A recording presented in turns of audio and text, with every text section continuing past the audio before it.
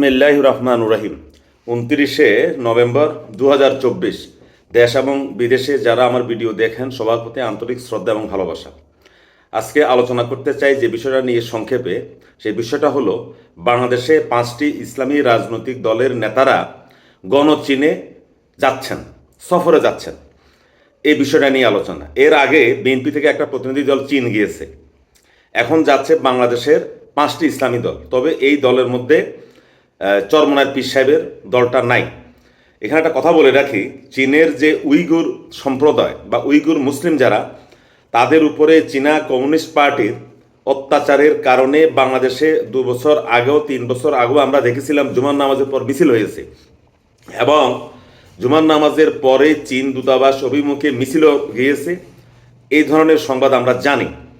একবার চরমনায়ের পীর এবং তার নেতৃত্বে উইগুর মুসলিমদের বিরুদ্ধে যে নির্যাতন চীনের কমিউনিস্ট পার্টি করেছিল, সেটার বিরুদ্ধে তারা ঢাকায় বেশ বড় একটা সমাবেশ করে এবং বিক্ষোভ মিছিল করে।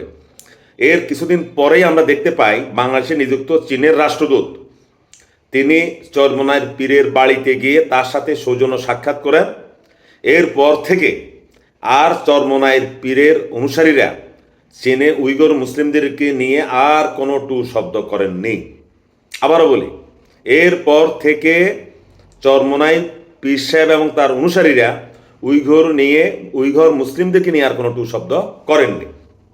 এখন আবার যাচ্ছে আরও 5টি ইসলামী সংগঠন।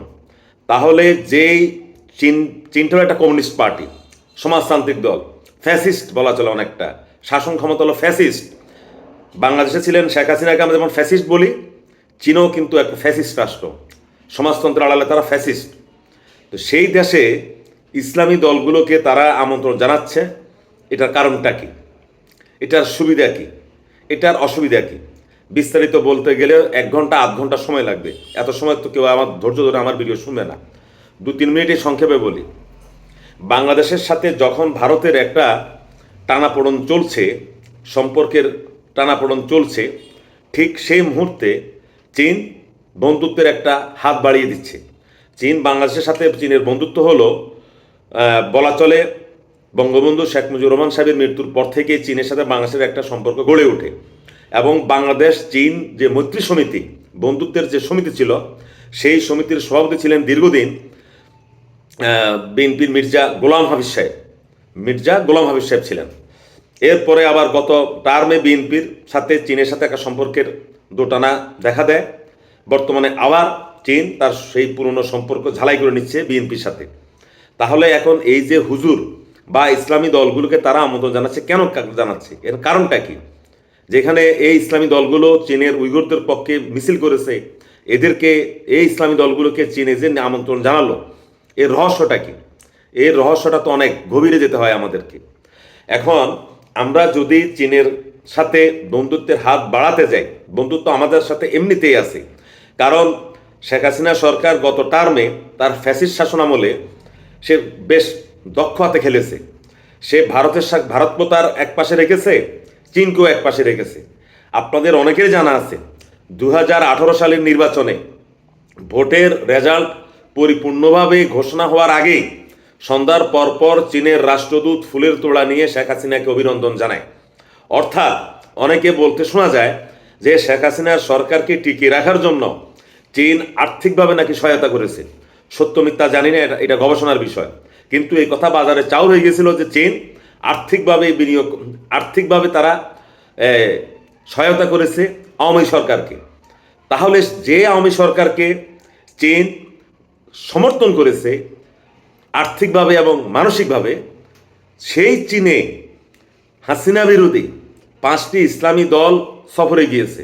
এটা অত্যন্ত রহস্যজনক।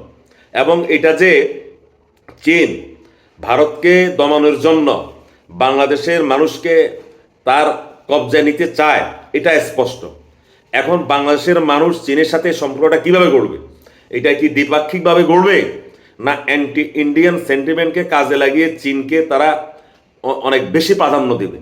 কারণ চীনকে যদি আমরা অনেক বেশি প্রাধান্য দিতে যাই, সেখানেও আমাদের অনেক বিপদ আছে। কারণ চীন আমাদের কোনো পার্শ্ববর্তী রাষ্ট্র নয়। আর বাংলাদেশে যদি ভারত কোনো সমস্যা করে, বাংলাদেশের মানুষ যে পালিয়ে গিয়ে চীনে আশ্রয় নেবে, সেই সুযোগও বাংলাদেশের নাই। যে চীন রোহিঙ্গাদেরকে বাংলাদেশে পাঠিয়ে দেওয়ার জন্য নৈতিকভাবে বার্মার সামরিক জান্তাকে সমর্থন করেছে, সেই চীনে আজকে আমরা যাচ্ছি। যেই চীন জাতিসংঘে রোহিঙ্গাদের বিরুদ্ধে কথা বলেছে, বার্মার পক্ষে কথা বলেছে, যে ইসলামী দলগুলো বার্মার সামরিক জান্তার বিরুদ্ধে কথা বলেছে রোহিঙ্গা ইস্যুতে, আজকে সেই ইসলামী দলগুলো চীনে যাচ্ছে। বিষয়টা কেমন রহস্য, বিষয়টা কেমন ঘোলাটে, বিষয়টা কিন্তু পরিষ্কার নয়। এখন চীনের সাথে যদি আমরা আমাদের বাণিজ্যিক সুবিধা, অর্থনৈতিক সুবিধা, কারিগরি সুবিধার বাইরে এমন কোনো কাজে আমরা জড়িয়ে যাই, তাহলে কিন্তু আমাদেরকে মনে রাখতে হবে যে আমরা মার্কিন যুক্তরাষ্ট্রের রোষানলে পড়ব। এই কথাটা আমি আবারও বলি, বাংলাদেশ মার্কিন যুক্তরাষ্ট্রের রোষানলে পড়বে। কারণ মার্কিন যুক্তরাষ্ট্রের সাথে চীনের দা কুমড়া সম্পর্ক দীর্ঘদিন থেকে। তাহলে চীন, আমরা যদি চীনের দিকেও বেশি ঝুঁকে পড়ি, সেখানেও আমরা মার্কিন সমর্থন হারাবো। আমাদেরকে এই বাংলাদেশের বর্তমান ইউনূস সরকারকে টিকিয়ে রাখার জন্য মার্কিন যুক্তরাষ্ট্রের যে সরকার আছে, যে প্রশাসন আছে, তাদের একটা প্রচ্ছন্ন এবং প্রত্যক্ষ একটা সমর্থন আছে। এই সমর্থন হারিয়ে গেলে কিন্তু তখন আমরা আরেকটা বিপদে পড়ে যাব।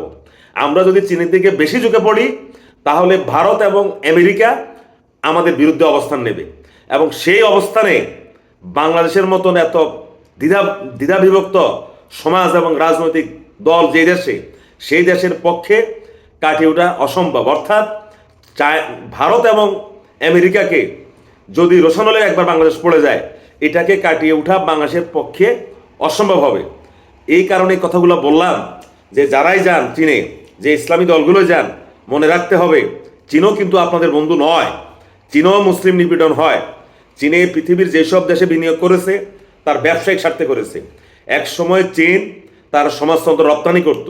বাংলাদেশ, নেপালে, ভারতে, বিভিন্ন জায়গাতে মাওবাদী যে সংগঠনগুলোর কথা আমরা বলি, কম্বোডিয়া, ভিয়েতনাম, লাওসে চীনের একটা মাওবাদী যে তাদের কমিউনিস্ট চিন্তা, এটা তারা রপ্তানি করত। কিন্তু এখন চীন সেখান থেকে সরে এসে সম্পূর্ণরূপে কমিউনিজমের ভিতরে একটা বুর্জুয়া আদলে তারা একটা ব্যবসায়িক চিন্তা নিয়ে এখন তারা তাদের আশপাশের যতগুলো বন্ধু দেশ আছে তাদের সাথে সম্পর্ক করে। এখানে যে নিঃশর্তভাবে চীন যে আমাদেরকে, বা বিনা সুদে যে একেবারে চীন আমাদেরকে কোনো ঋণ দিবে, সেই সুযোগও নাই। তো যাই হোক, যে কথা বলছিলাম, ইসলামী দলগুলো যে চীনে যাচ্ছে, যাক, যেটা কোনো সমস্যা নাই। মনে রাখবেন, আবারও যদি চীনে উইঘুরদের উপরে কোনো টর্চার করে চীন, সেদিন যেন আপনাদেরকে আমরা রাজপথে দেখি, এবং এই চীনের বিরুদ্ধে যেন আপনারা মুখ খুলে জোরালোভাবে বাইতুল মোকাররমে জুমার নামাজের পরে যেন প্রতিবাদ সমাবেশ করেন, সেই আশা রাখি। ধন্যবাদ সবাইকে।